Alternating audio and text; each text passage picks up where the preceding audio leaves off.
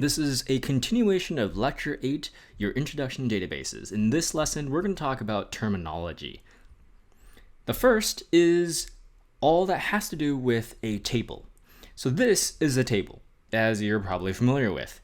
The animal down below is the title of the table. We call this a relation in database terminology.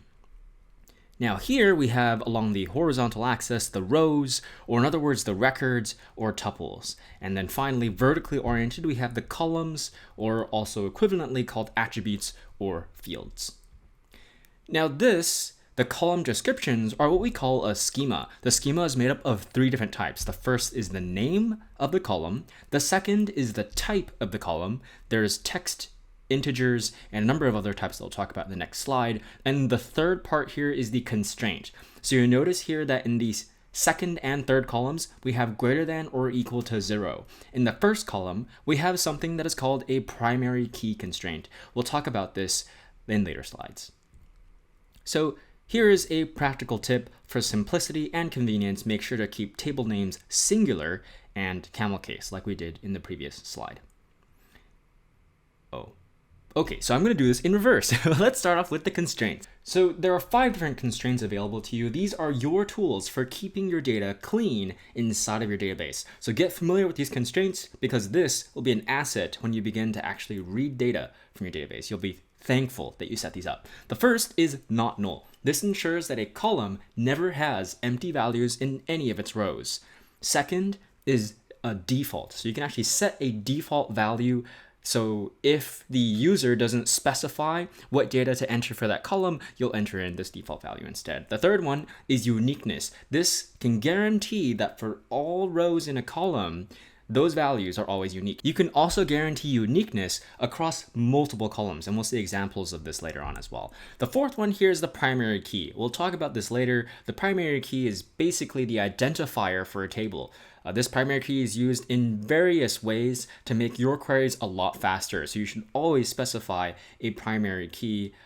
In the examples that we'll show here, the primary key is usually an integer.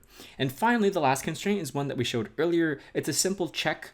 In SQL, we call conditions, like if conditions in Python, predicates. So this will check a predicate that you specify. There are also a number of different types that you can specify. These are the types that we have available to us in SQLite in purple. The grayed out one on the bottom is not supported in SQLite, unfortunately. So the 5 types here are integers, real numbers, text. Here blob is any sort of data, really. A blob could be an image, it could be an audio file, it could be a video. We're not going to actually use blob in this course or in this lecture specifically, but just know that this does exist. And the 5th type here is null. This is basically empty. Another practical tip by convention, queries use all caps for SQL keywords, and that's why in the last slide it looked like I was yelling all the time because just by convention, we do write all the constraints, the types, the special SQL keywords in all caps. Now let's go ahead and show you some examples. So here's an example table. Let's talk about the constraints that this table has. The first is that there are no duplicate animal types in that first column. So a primary key here ensures a uniqueness for that column. The second is that there are no negative values for the leg column. And third, as expected, and just like with legs, there are no negative values for weight. Here's another table, member. We're going to talk about 3 of these examples. This is the second of 3. In the first column and the second column, we have a primary key constraint. So this is effectively guaranteeing uniqueness jointly for both columns. So there is no duplicate athlete esports tuple, but there can be duplicate athletes, like here, Jane, or duplicate esports, like in this case, Warzone in blue. So another practical tip is that we should make the primary key an integer for efficiency and convention. So I didn't make the previous primary keys integers just because I wanted to make the tables a bit simpler, but here's an example where we make the primary key an integer with clothing. So this first column actually has a few different constraints. The first one is the primary key constraint. Like we talked about previously, it's a uniqueness constraint.